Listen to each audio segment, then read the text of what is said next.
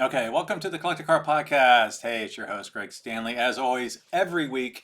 And today I'm happy to bring you 19 depreciation proof cars. Now, this is quite the task to undertake because there's a lot of craziness going on in the marketplace right now. But before we get to that, I would like to talk about a couple other updates first. First off, if you haven't been to my YouTube channel, please check it out. So I've been working very hard on YouTube. I've been trying to get it up and running. I'm posting videos daily, and this is content that is not on the podcast. So if you go there, you'll find a few things. First off, you'll find some longer videos. So these videos typically would be interviewing a collector. It might be walking around a Concours show field, or it could be going to the local cruise-in. And for those videos, I am trying to add little text bubbles, little blurbs of fun car facts that would keep you interested and engaged versus just me walking around and talking. Tune in for that. And then also I'm doing these little sub 1 minute videos, a couple different versions. One of them is keep, cash, or collect. So I'm taking the keep, cash, or crush formula, but changing it to keep, cash, or collect. So should you keep the car forever?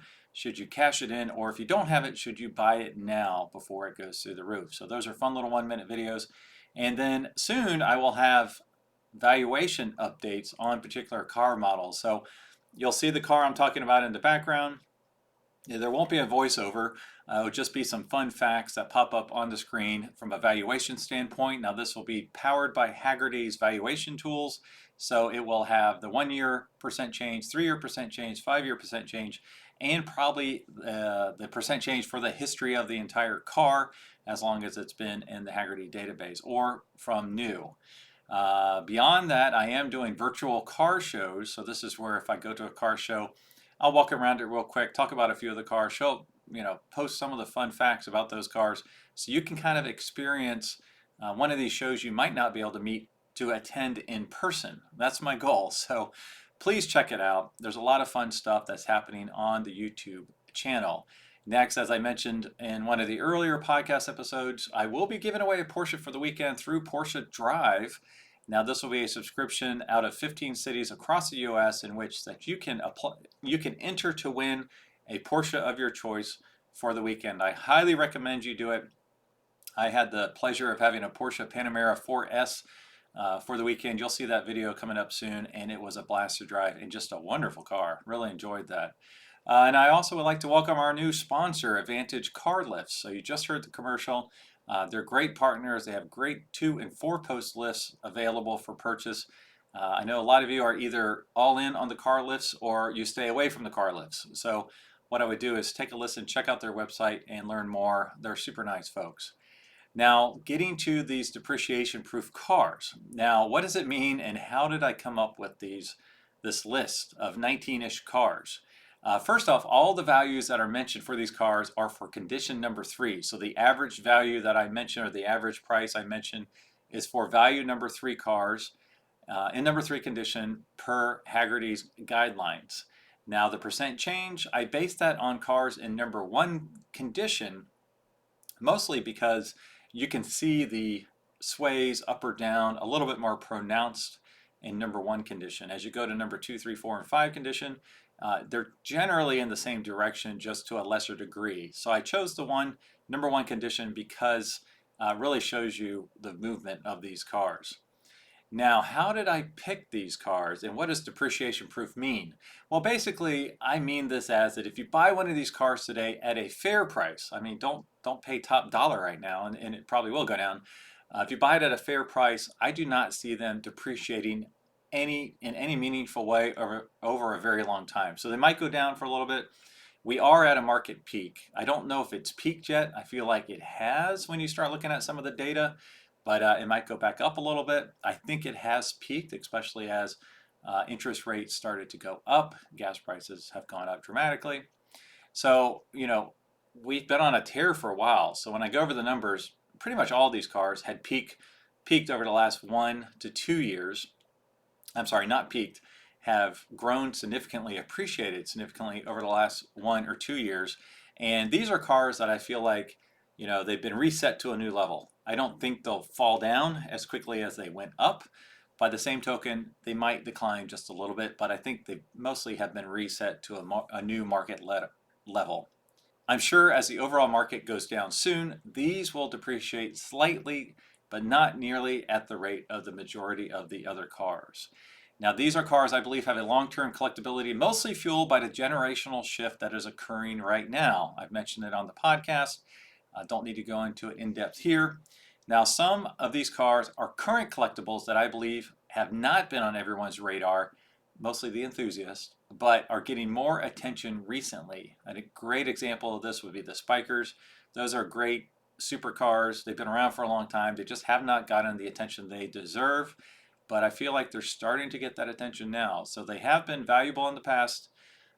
They've been pretty flat for, since new, but I think they're starting to gain some momentum in the marketplace.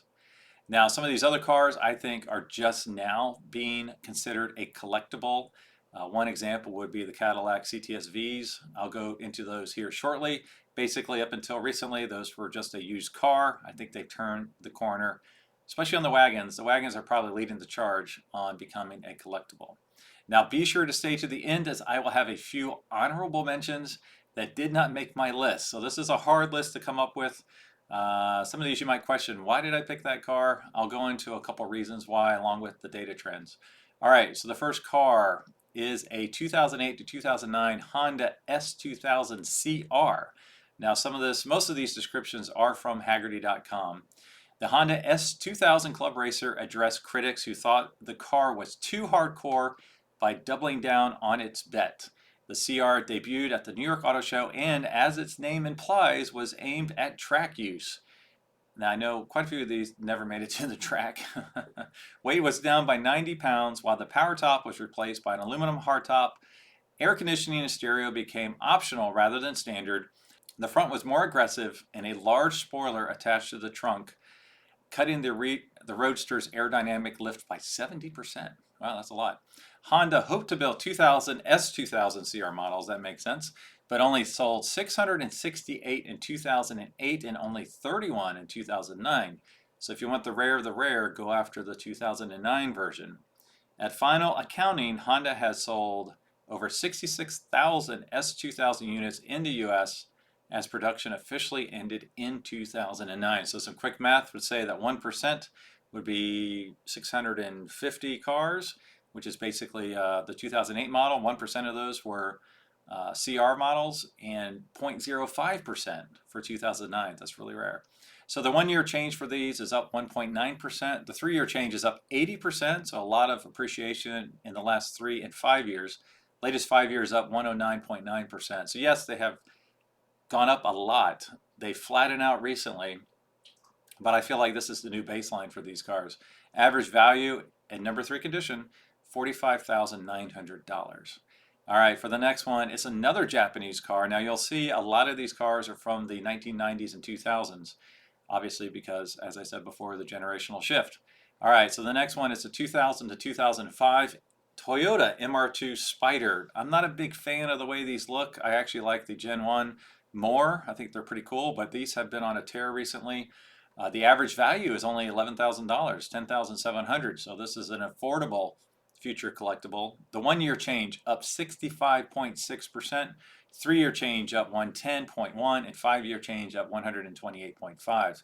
When you see a 1 year trend up that much, it tells me right off the bat it's not going to be negative by the same amount anytime soon. It will slow.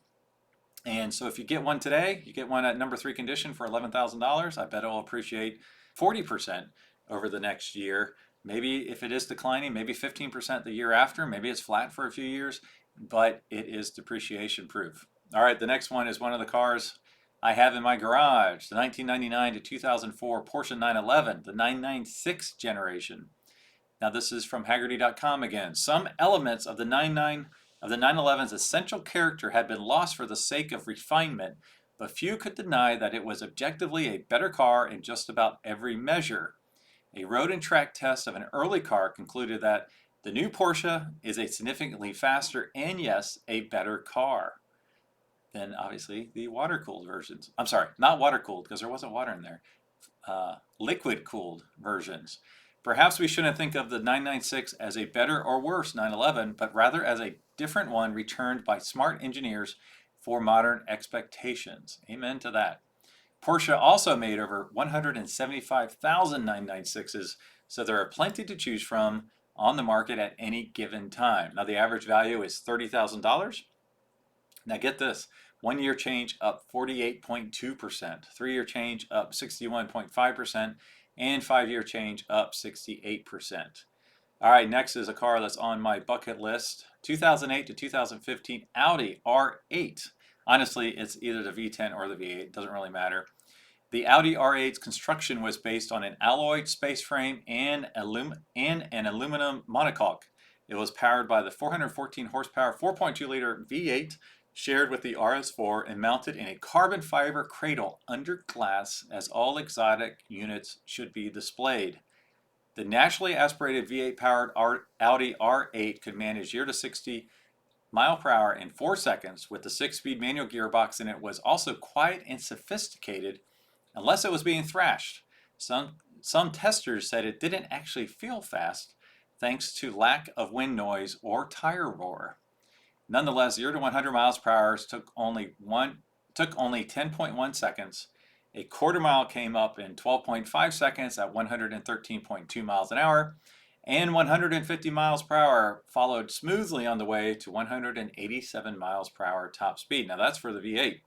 Road testers generally preferred the V8 engine over the optional 5.2 liter Audi R8 V10, which was 130 pounds heavier and cost a whopping $30,000 more than the $110,000 original MSRP of the base car with a 6-speed manual gearbox. All right, the average value, now this is for the V10 model, and number 3 condition is $114,000.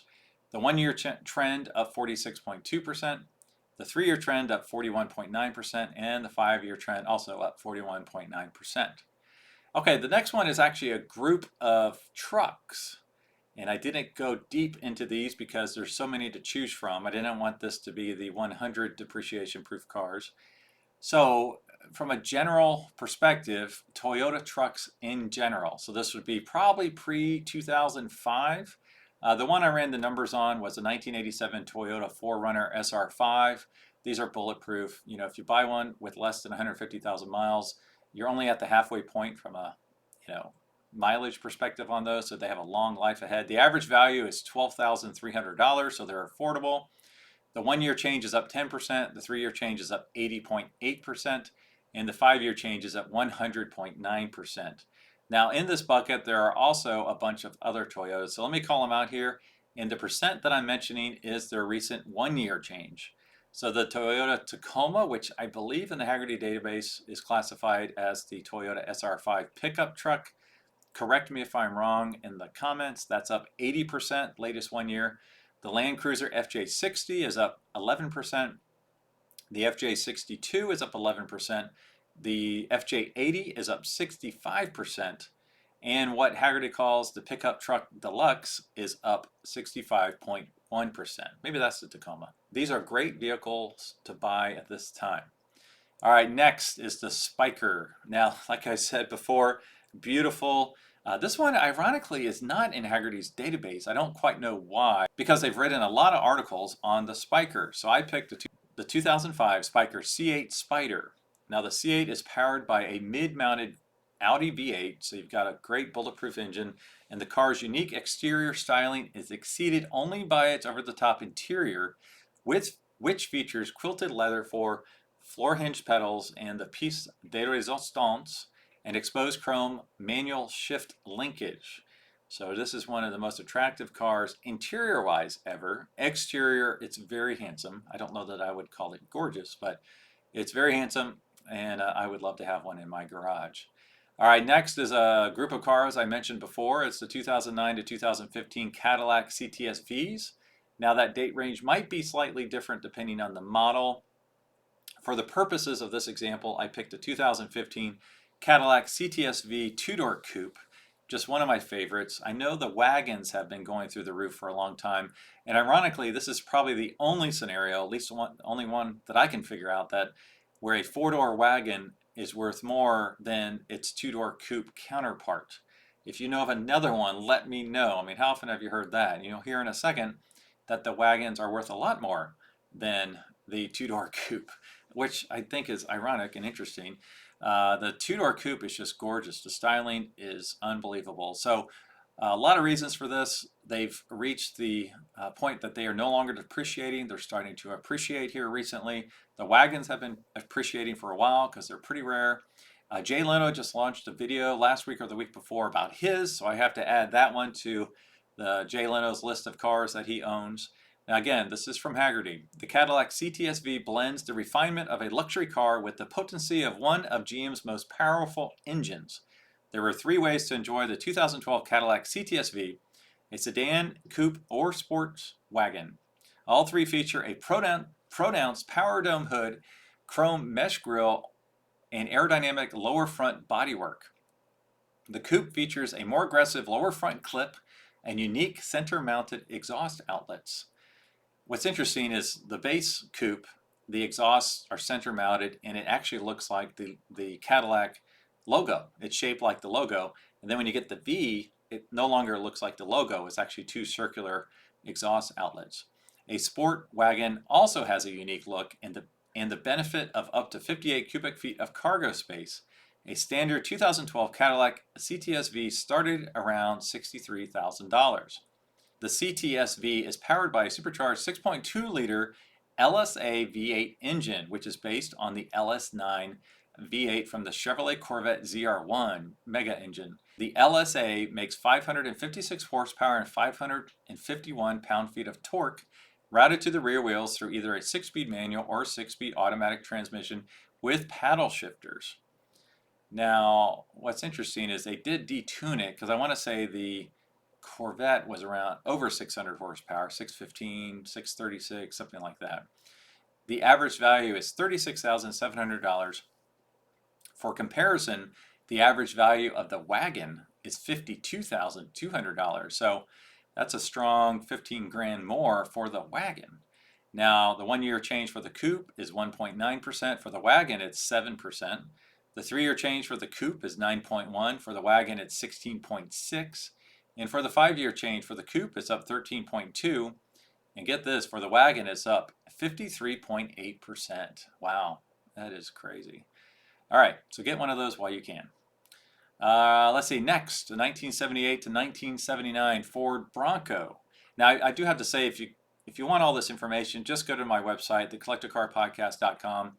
Go under the blog, and that's where I keep the show notes. And the show notes will have all of this listed out, including hyperlinks to the Hagerty valuation model. So if you want to dig a little bit deeper, just go to the website, click on blog, and you'll see the show notes.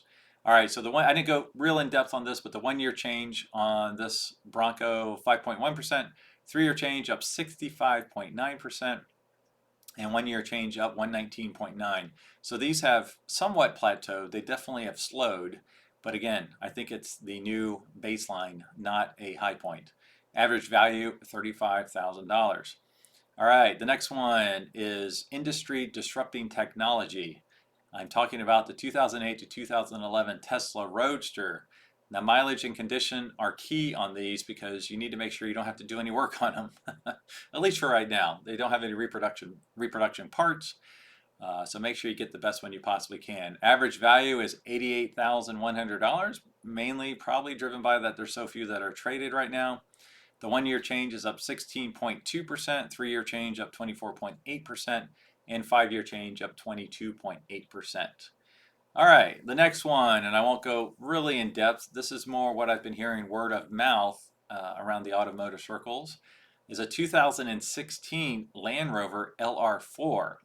Now, the main reason for this, because if you read the reviews, it doesn't get the best reviews in the world, but the main reason is for its frame. So let's see here.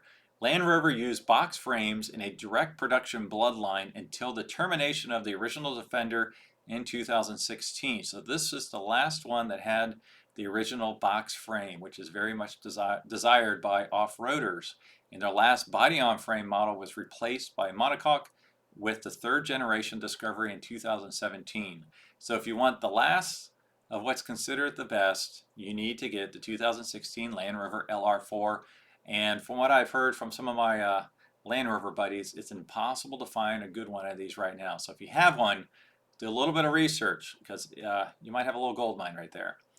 All right, next, actually the next few, we're going to dive over into the Asian market with, believe it or not, I'm going to list 3 Mitsubishis. Some of these I've never mentioned on the podcast before, so I'm excited to bring these up. The first one is the 1991 to 1999 Mitsubishi 3000 GT VR4 Spyder. These are absolutely stunning, gorgeous vehicles. These were new when I got out of college, and I remember drooling over them. I was a Nabisco sales rep. I was a cracker stacker in grocery stores, and I remember there was an Ingles in Winder, Georgia, and the produce manager, he had one of these, which I thought was kind of interesting because, man, he spent a lot of money for it, and he kept it immaculate. And it was the VR4 Spyder, and I just could not believe how clean this car was. I guess at this point it was probably a couple years old, but it was just immaculate and absolutely loved it. So, again, from Hagerty, the Mitsubishi 3000 GT replaced the Mitsubishi Starion as the company's top-tier performance model and the company's flagship for the entire decade. So that was the Starion, which I believe I'm pronouncing that correctly.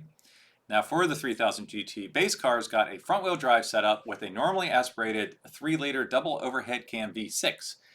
The VR4 had twin turbochargers and intercoolers to produce 300 horsepower and 307 pound-feet of torque. The VR4 also featured full-time four-wheel drive and four-wheel steering. Now from 1994 to 1999, this horsepower rating was raised to 320 horsepower and 315 pound-feet of torque. Unfortunately, the 3000 GT suffered from poor timing in its introduction, just like its rivals. A slowdown in the Japanese economy affected sales, and unfavorable exchange rates resulted in higher prices in the all-important North American market. From a collectability standpoint, the limited production VR4 Spyder is the most desirable. Less than 900 were imported to the US. A cheaper alternative would be the 1991 to 1996 Dodge Stealth. Doesn't look quite as good, but it's still pretty slick. A mechanically identical model and one of the many neat cars that come out of the collaboration between Mitsubishi and Chrysler. Unlike the other Diamond Star motor cars, the Stealth was built in Japan. It is nearly identical in every respect, including performance, but commands a slightly lower price. So if you can't afford the 3000 GT, go over the Dodge Stealth RT Turbo. So here are the numbers. Let's see, the average value for the 3000 GT is $21,800. For the Stealth is $13,800. That's a massive difference. 1 year change on the 3000 GT is up 18%. On the Stealth, it's only up 1.6. The 3-year change for the GT is 49.6. For the Stealth, it's 16.2. And the 5-year change, the 3000 GT is up 136%, while the Stealth is up 55.4. So the Stealth has mirrored the 3000 GT, just at a lower clip. All right, the next one is a car I just actually mentioned, the 1983 to 1989 Mitsubishi Starion ESI-R, which was also known as the Chrysler Conquest. These are really attractive cars. I mean, the rear-wheel drive, front engine, Japanese cars, so I just feel like they've been off the radar. Now the average value is only $11,500, so they're fairly cheap. The 1-year change is up 42.3%. The 3-year change is up 65.1%. And the 5-year change is up 65.1%. I would assume, I didn't look into it, but I would assume the Chrysler Conquest numbers reflect the gap the Dodge Stealth had with the 3000 GT. So I would expect it would be trending in the same direction, but not at the same clip. All right, the third Mitsubishi I would like to mention for 19 depreciation proof cars is the 2003 to 2005 Mitsubishi Lancer Evolution 8, or if you're more formal, the VIII. Just kidding. Let's see, average value $22,100, 1-year change up 19.9%, 3-year change up 26.6%, and the 5-year change up 50.2%. All right, we've got a few more here, and like I said before, I've got a couple honorable mentions. You'll probably laugh at me when you hear those, but I just want to put them on everyone's radar early, so I can say, remember when? All right, the next one's the 2007 to 2014 Toyota FJ Cruiser. Now again, this one is not in Hagerty's database. It should be any moment. Now, the 2014 Toyota FJ Cruiser's manufacturer suggested retail price, the MSRP, started a little over $27,000 for the two-wheel drive model and jumped to about $29,000 with four-wheel drive and a manual transmission. A fully loaded FJ topped out around $36,000. I bring this up because I have an FJ. I have a 2014 FJ. Bought it in 2016. I want to say it had 16,000 miles on it. Paid $36,500, which was above sticker at the time. Today, with 50,000 more miles and 5 years added to it, 6 years added to it, I could get that same amount. No doubt. I could probably get a little bit more because it's immaculate. There's currently one advertised, a 2014 with 90,000 miles for $34,900. So part of it is due to the COVID impact and the supply chain and the used car prices, but it's also, there's a very dedicated following for these FJs. They don't make them anymore, which is the reason why we bought it when we bought it. Because if I told my wife, if you wanted to experience it, now's the time, because they won't have another one. So that one is not going down anytime soon. All right, the last official one I'm picking is the 2006 Dodge Magnum RT station wagon. Like the Cadillac station wagon, there is a rabid fan base for these cars. Now, these have not appreciated nearly as much as the Cadillacs, nowhere close, and they've appreciated very slowly recently, which I take as a good sign, actually. I think they're in it for the long haul. Latest 1 year is only up 2.1%, latest 3 years 2.1%, latest 5 years 7.2%. You would definitely want to get the SRT model. You have to get the most powerful version that you could possibly get. Now the average value is only $10,300. Now this is for the RT station wagon, not the SRT. That was not in the database. So be sure to keep an eye out for these. If you have one, take it to the local cruise and watch people drool over it. I don't believe it came with a manual, which is probably holding these prices back a little bit, but it's a cool ride. I think it's going to go up. All right, now it's time for my honorable mentions, and please do not laugh. The first one I would pick, now this is stuff, you know, you love what you grew up with, and I think some of the cars that are not on everyone's radar right now from a collectability standpoint are early Lexuses. They were obviously iconic. They are industry changing. I mean, they came out and then Nissan had to have the Infiniti. I mean, you've got Hyundai spinning off Genesis now. So it definitely started a new era, a new trend for these car manufacturers. So I think those will be appreciated quite a bit in the future. Now we might be 10 years away from that at this point, but keep those on your radar. I haven't heard anyone talk about the early Lexuses. If you can get an SC430 hardtop convertible with low mileage, I would grab one of those right now. They are beautiful. They're very well made. And the other one I'll mention is also from growing up. So if you think about it, folks that grew up in the 60s, 70s, and 80s, they have fond memories of vans and station wagons. And we've seen both of those appreciate quite a bit over the last 5 years. So what happened in the mid 80s? Well, that started the minivan craze.